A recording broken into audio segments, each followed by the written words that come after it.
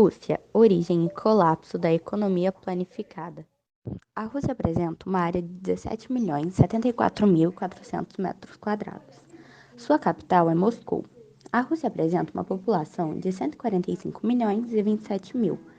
A moeda utilizada é o rublo. Seu nome oficial é Federação Russa. Ela é dominada por quase metade da Europa e um terço da Ásia. Este fator faz com que a Rússia apresente diferentes climas, sendo a sua temperatura média de 5,5 graus centígrados. Ela possui 4 climas: o ártico, o subártico, temperado e subtropical, sendo o inverno longo e nevoso, a primavera temperada, o verão curto e quente e o outono chuvoso. E varia muito ao longo do território russo. A população da Rússia tem a maior diversidade racial e étnica do mundo, apresentando 79,8% russa, 3,8% de tártaros, 2% de ucranianos, 1,2% de bashkir, 0,9% de chechenos e existem muitas outras etnias, como os lituanos, romenos e bielorrussos. Isso deve-se ao sistema educacional criado durante a era do URSS, era que praticamente 100% da população sabia ler e escrever, e apresentava grande ênfase à ciência e tecnologia. Quase todos os estudantes acabavam os cursos com diplomas de altas referências e qualidade. O fim da União Soviética. Em setembro de 1991, foi assinado um tratado chamado Acordo de Minsk, e nesse acordo decretou-se o fim da URSS, União das Repúblicas Socialistas Soviéticas, que era somente um país e se transformou em 15 repúblicas independentes. Embora tenha acontecido em 1991, é um processo que vem ocorrendo há tempos, onde foi acumulando fatores até chegar o fim da URSS. Durante a Guerra Fria, a União Soviética Socialista polarizava o mundo junto com os Estados Unidos capitalista.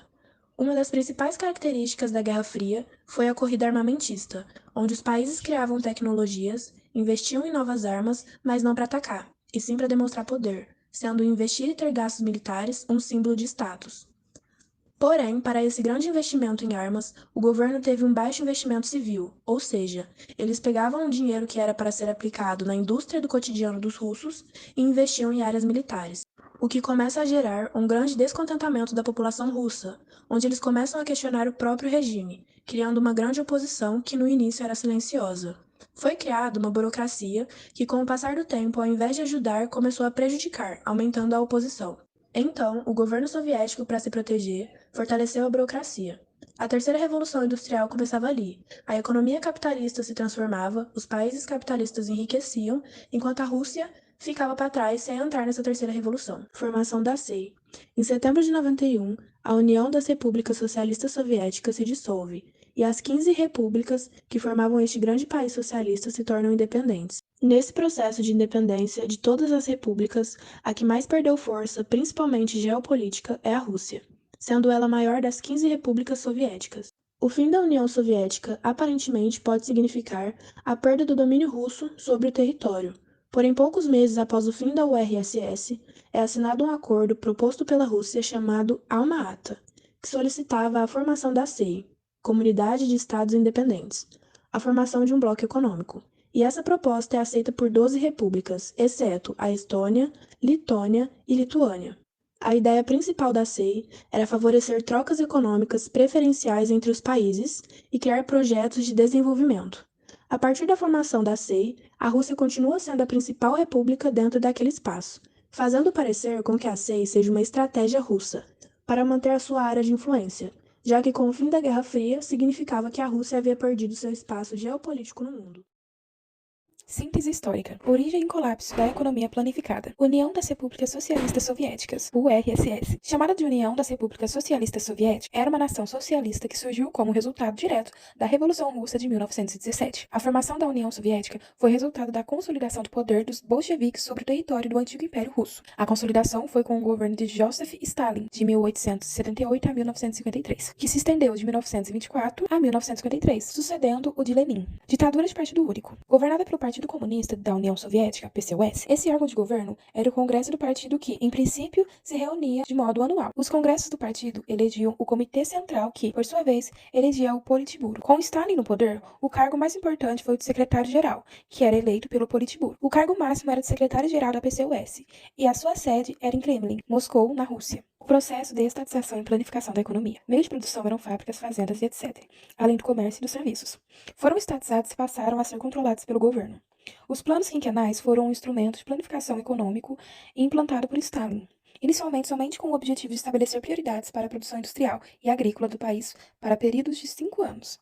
Os períodos dos planos quinquenais coincidiam com os dos congressos do partido. Em questão à produção industrial, no início teve grande avanço, mas as metas de produtividade não consideravam a qualidade dos produtos. Agora, a economia planificada foi bem sucedida enquanto o mundo funcionou segundo os padrões tecnológicos da segunda revolução industrial. Prioridade à indústria de base e infraestrutura. Desde o primeiro plano quinquenal, a infraestrutura e as indústrias intermediárias de bens de capital foram priorizadas com o objetivo de garantir a autonomia do país. Indústrias como siderúrgica, petrolíferas, bélica e de máquinas e equipamentos tiveram enorme crescimento. Terceira Revolução Industrial. No início, a União Soviética chegou a liderar alguns setores. Em 1957, lançou no espaço o primeiro satélite artificial. E em 1961, colocou o primeiro astronauta em órbita da Terra. Defasagem tecnológica. Uma fatia crescente do orçamento era comprometida com a indústria bélica e aeroespacial, setores em que o país se mantinha competitivo por causa da corrida armamentista.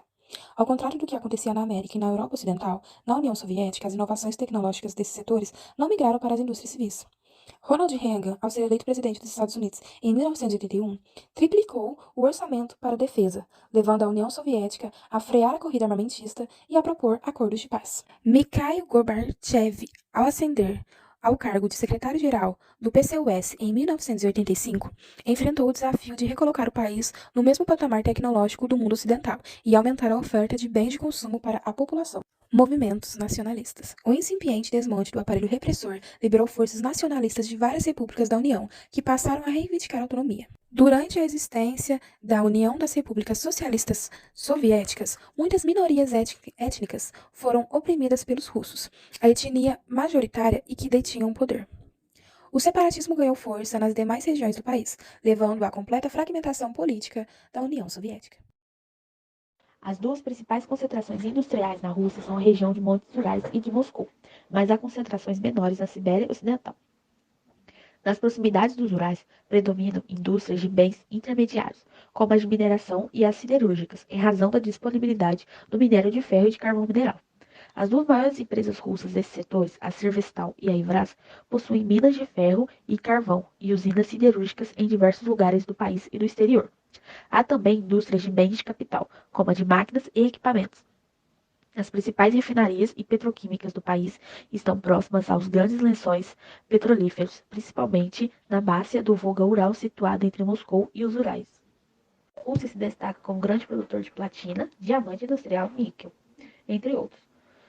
É importante também o produtor de urânio extraído de jazidas da Sibéria Ocidental. A riqueza do subsolo russo, especialmente o petróleo e o gás natural, tem sido um fator fundamental para recuperar a produção industrial e o crescimento econômico do país, mas o grande mercado interno de consumo também é muito importante. Em torno da capital predominam indústrias de bens de consumo e de bens de capital em razão da localização do mercado consumidor e da boa infraestrutura de transportes e telecomunicações. Depois de um período de profunda crise com a retomada do crescimento econômico, surgiram grandes corporações de capital aberto, isto é, com ações cotadas na Bolsa de Valores de Moscou. Essas três empresas são responsáveis por extrair petróleo e gás natural em diversos pontos de território russo e também no exterior. Em 2014, a Gazprom, a maior produtora de gás natural do planeta, tinha 50,2% de suas ações sob o controle do Estado russo. O presidente Vladimir Putin, ao assumir seu primeiro mandato em 2000, projetava dobrar o PIB do país até o fim daquela década. Em 2010, o crescimento foi retomado e, apesar desse percalço, o valor do PIB russo quintuplicou ao longo da década. Com sucesso econômico, Putin foi reeleito em 2004. Em 2008, não pôde se candidatar ao terceiro mandato consecutivo e foi substituído por Dmitry Medvedev, eleito com seu apoio. Em 2012, Putin foi eleito presidente para um novo mandato de 4 anos e, mantendo o rodízio de poder com Medvedev, indicou-o ao cargo de primeiro-ministro.